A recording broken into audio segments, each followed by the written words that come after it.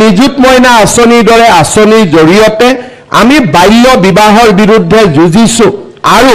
higher এডুকেশ্যনত আমি drop out ৰোধ কৰাৰ বাবে আমি প্ৰচেষ্টা কৰিছোঁ আজি শিক্ষাৰ যাতে প্ৰতিটো পৰিয়ালৰ বাবে সহজলভ্য হ'ব পাৰে তাৰ বাবে আমি সকলো ফালৰ পৰা ব্যৱস্থা কৰিছোঁ আজিৰ দিনটোত চৰকাৰে যদি বিনামূলীয়া নামভৰ্তি বন্ধ কৰি দিয়ে আমাৰ ষ্টুডেণ্টৰ ইনটেক সেই দিনাখনে 20% কমিব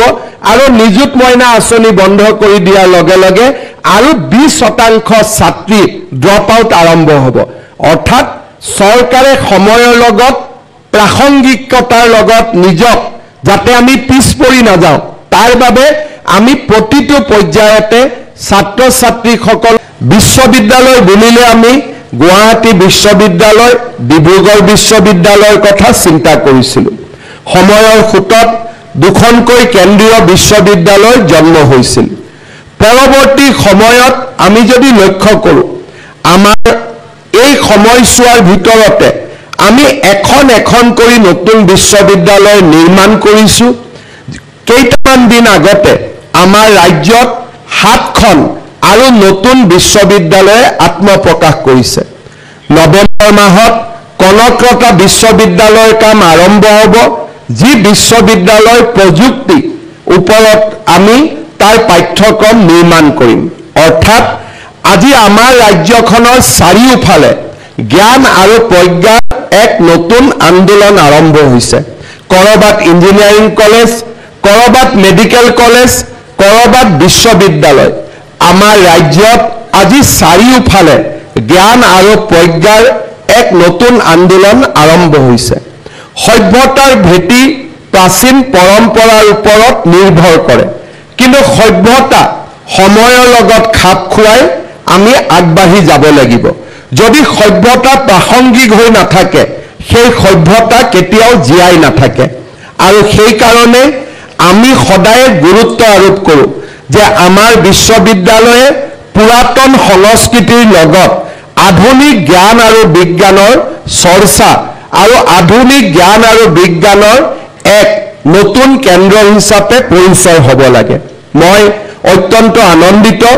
যে ৰবীন্দ্ৰনাথ ঠাকুৰ বিশ্ববিদ্যালয়ত আজি নেইলিটৰ অধ্যয়ন কেন্দ্ৰ স্থাপন হৈছে বায়' ইনফৰ্মেটিক্স আৰ্টিফিচিয়েল ইণ্টেলিজেন্সৰ ওপৰত ডিপ্ল'মা আৰু চাৰ্টিফিকেট পাঠ্যক্ৰমৰো কাম আৰম্ভ হৈছে নতুন চিন্তাৰ উন্মেষ ঘটিছে আমাৰ ভাৰতবৰ্ষৰ এসময়ত ভেটি আছিলে ছফ্টৱেৰ কিন্তু সময়ৰ লগে লগে ছফ্টৱেৰ অপ্ৰাসংগিক হৈ পৰিছে আৰু আমাৰ নতুন পৃথিৱীখন আৰ্টিফিচিয়েল ইণ্টেলিজেন্সে সমগ্ৰ আমাৰ পৃথিৱীখন আগুৰি ধৰিছে আজি যদি আমাৰ ছাত্ৰ ছাত্ৰীসকলক আমি আৰ্টিফিচিয়েল ইণ্টেলিজেন্স মেচিন লাৰ্নিং আদিৰ বিষয়ে যদি নুবুজাওঁ তেতিয়াহ'লে আমাৰ পিছৰ প্ৰজন্মটো আমি এসময়ত যাক নিৰক্ষৰ বুলি কৈছিলোঁ এক প্ৰকাৰ আধুনিক পৃথিৱীত তেওঁলোক নিৰক্ষৰ হৈ থাকিব চৰকাৰী নিয়মতে অ আ ক খ 1 2 3 4 লিখিব পাৰিলে আমি শিক্ষিত হলো কিন্তু আধুনিক পৃথিৱীত artificial intelligence machine learning semiconductor quantum physics augmented reality এইবিলাকৰ বিষয়ে নাজানিলে আমি যেন এটা খোজো আগুৱাই যাব নোৱাৰিম মই বিশ্ববিদ্যালয়ক আহ্বান জনাম যে আমি পুৰাতন সংস্কৃতি ভাৰতৰ সংস্কৃতিৰ আধাৰত আমি কেনেকৈ এই বিশ্ববিদ্যালয়ত বিজ্ঞান আৰু প্ৰযুক্তিৰ এক নতুন আধাৰ নিৰ্মাণ কৰিব পাৰোঁ আমাৰ ৰাজ্যখনৰ বাবে নিশ্চিতভাৱে এটা চিন্তাৰ বিষয় যে আমাৰ ৰাজ্যত যিমানে মেডিকেল কলেজ ইঞ্জিনিয়াৰিং কলেজৰ নিৰ্মাণ হৈছে বিজ্ঞানত পঢ়া ছাত্ৰ ছাত্ৰীৰ সংখ্যা সেই ধৰণে বৃদ্ধি পোৱা নাই যোৱাকালি অসম চৰকাৰে নতুনকৈ প্ৰায় 200টা মেডিকেল কলেজৰ সিটৰ অনুমোদন পাইছে গুৱাহাটী শিলচৰ আমাৰ ডিব্ৰুগড় আৰু প্ৰাগজ্যোতিষ মেডিকেল কলেজ যাক আমি নতুনকৈ নিৰ্মাণ কৰিছোঁ মই যেতিয়া ডিএমইক সুধিছিলোঁ যে এই 200টা সিটত ষ্টুডেণ্ট সোমোৱাৰ লগে লগে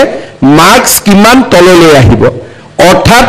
আমি ইমান তলত মাৰ্কছ পোৱা ছাত্ৰ ছাত্ৰীক চিকিৎসা বিজ্ঞান পঢ়াব লাগিব তাৰ মূল কাৰণে হৈছে যে আমাৰ ৰাজ্যত বিজ্ঞানৰ যি ফিডিং এটা পৰম্পৰা হায়াৰ ছেকেণ্ডাৰী স্কুল বা কলেজত সায়েন্সৰ যি এডুকেশ্যন তাক আমি আগবাঢ়ি যোৱা দেখা নাই ই আমাৰ বাবে চিন্তাৰ বিষয় তাৰ লগে লগে আমাৰ বিশ্ব অৰ্থনীতিত বাণিজ্য আৰু বাণিজ্যৰ লগত জড়িত গোটেই বহল পৃথিৱীখন ষ্টক এক্সচেঞ্জৰ পৰা আৰম্ভ কৰি আমাৰ গোটেই ফাইনেন্সিয়েল ইনক্লুজনৰ যিমান বিষয় আছে যিমান ইকোসিস্টেম আছে এই গোটেইবোৰৰ পাঠ্যক্ৰম আমাৰ বাবে অতিকে প্ৰয়োজনীয় জিএসটিৰ দৰে আইনসমূহ যিমানে আগবাঢ়ি গৈছে বাণিজ্য ক্ষেত্ৰত নিয়োগৰ সুবিধা সিমানে বাঢ়ি অনাগত দিনত আৰু বাঢ়ি গৈ থাকিব আমাৰ বাবে প্ৰাসংগিক শিক্ষা অতিকে প্ৰয়োজনীয় আমি সদায় পাঠ্যক্ৰম প্ৰস্তুত কৰিব লাগে ছাত্ৰ ছাত্ৰীসকলৰ ভৱিষ্যতৰ বাবে চিন্তা কৰি আমি এটা কথা চাব লাগে যে আমাৰ ভাৰত চতুৰ্থ তৃতীয় আমি বিশাল অৰ্থনীতিত পৰিৱৰ্তন হ'বলৈ আগবাঢ়ি গৈ আছো পৰিৱৰ্তিত ভাৰতখনত কেনে ধৰণৰ ছাত্ৰ ছাত্ৰীৰ প্ৰয়োজন পৰিৱৰ্তিত ভাৰতখনত কেনে ধৰণৰ পাঠ্যক্ৰমৰ প্ৰয়োজন এই বিষয়ে বিশ্ববিদ্যালয়ত চিন্তা হ'ব লাগে আৰু আমাৰ বিশ্ববিদ্যালয়সমূহে এই ধৰণে নিজক প্ৰস্তুত কৰিব লাগে মই আৰু এটা দিশলৈ দৃষ্টি আকৰ্ষণ কৰিম আমাৰ ভাৰতবৰ্ষ এক সফট পাৱাৰত পৰিণত হৈছে তাৰ মূল কাৰণেই হৈছে যুৱক যুৱতীসকলৰ মাজত থকা উদ্যমিতা আজি ভাৰত পৃথিৱীৰ ভিতৰতে আটাইতকৈ বেছি ষ্টাৰ্টআপ থকা এখন ৰাষ্ট্ৰ ভাৰত পৃথিৱীৰ ভিতৰতে আটাইতকৈ বেছি ইউনিকৰ্নৰ প্ৰতিষ্ঠাতা যদি আমাৰ ৰাজ্যখনত বিশ্ববিদ্যালয় আৰু ইঞ্জিনিয়াৰিং কলেজসমূহত ষ্টাৰ্টআপৰ এটা মুভমেণ্ট নহয় ছাত্ৰ ছাত্ৰীসকলৰ উদ্যমিতা ছাত্ৰ ছাত্ৰীসকলৰ ইনোভেটিভ কোৱালিটিক আমি যদি ল্যাবৰেটৰী আৰু ল্যাবৰেটৰীৰ পৰা লেণ্ডলৈকে আমি যদি লৈ যাব নোৱাৰো উদ্যমিতাৰ প্ৰতিযোগিতাখনতো আমি বহুত পিছুৱাই থাকিব লাগিব অসমৰ নতুন প্ৰজন্মৰ ওপৰত মোৰ বিশ্বাস আছে আৰু আমি যদি জ্যেষ্ঠসকলে আমাৰ নতুন প্ৰজন্মক প্ৰাসংগিক শিক্ষা আৰু পুৰাতন সংস্কৃতিৰ প্ৰতি ভক্তি এই দুইটা দিশত যদি আগবাঢ়ি লৈ যাব পাৰো আমাৰ ৰাজ্যখন নিশ্চিতভাৱে এখন ভাৰতবৰ্ষৰ ভিতৰতে অগ্ৰগামী ৰাজ্যত পৰিণত হ'ব পাৰে যোৱা 5টা বছৰ অসমৰ মুখ্যমন্ত্ৰীৰ দায়িত্বত থাকি মই নিশ্চিত আৰু মই গভীৰ আত্মবিশ্বাসী যে ভৱিষ্যত আমাৰ ৰাজ্যৰ বাবে অপেক্ষা কৰি আছে সম্ভাৱনাই অসমৰ বাবে অপেক্ষা কৰি আছে আজি অসমৰ আকাশৰ পৰা সন্ত্ৰাসবাদ আঁতৰি গৈছে জাতি জনগোষ্ঠীৰ মিলনৰ এক নতুন পটভূমি নিৰ্মাণ হৈছে আৰু এই পৰিৱেশৰ মাজত আমি যদি উদ্যমিতা প্ৰাসংগিক শিক্ষা আমাৰ সংস্কৃতিৰ প্ৰতি সমৰ্পণ এই তিনিওটা বিষয়বস্তুক আমি যদি আমাৰ জীৱনত সমাহিত কৰি আমি আগুৱাই যাব পাৰো তেনেহলে অসমৰ ভৱিষ্যত আটাইতকৈ বেছি সুৰক্ষিত এই বছৰৰ আগভাগত আমি অসমত এডভান্টেজ আসাম শীৰ্ষ বিনিয়োগ সন্মিলন আয়োজন কৰিছিলো 5,15,000 কোটি টকা নিৱেশৰ আমাৰ প্ৰস্তাৱ আহিছিল আৰু আজি আমি অত্যন্ত গৰ্বিত যে এডভান্টেজ আসামৰ কমপ্লিশনৰ 6 মাহৰ ভিতৰতে আমি 1,40,000 কোটি টকাৰ বিনিয়োগ আমি ধৰাতললৈ আনিবলৈ সক্ষম হৈছো নামৰূপত সাৰ কাৰখানা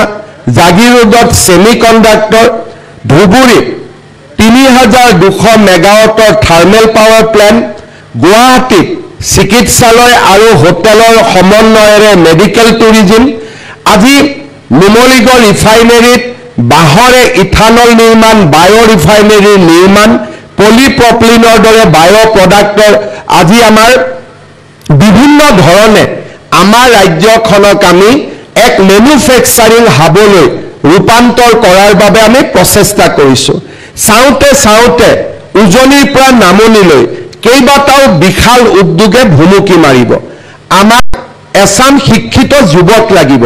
যি চাম যুৱকে এই উদ্যোগত কাম কৰিব পাৰিব জাগিৰোডৰ সেমিকন্ডাক্টৰ ইণ্ডাষ্ট্ৰীত আমাক 30,000 যুৱক যুৱতীৰ প্ৰয়োজন হ'ব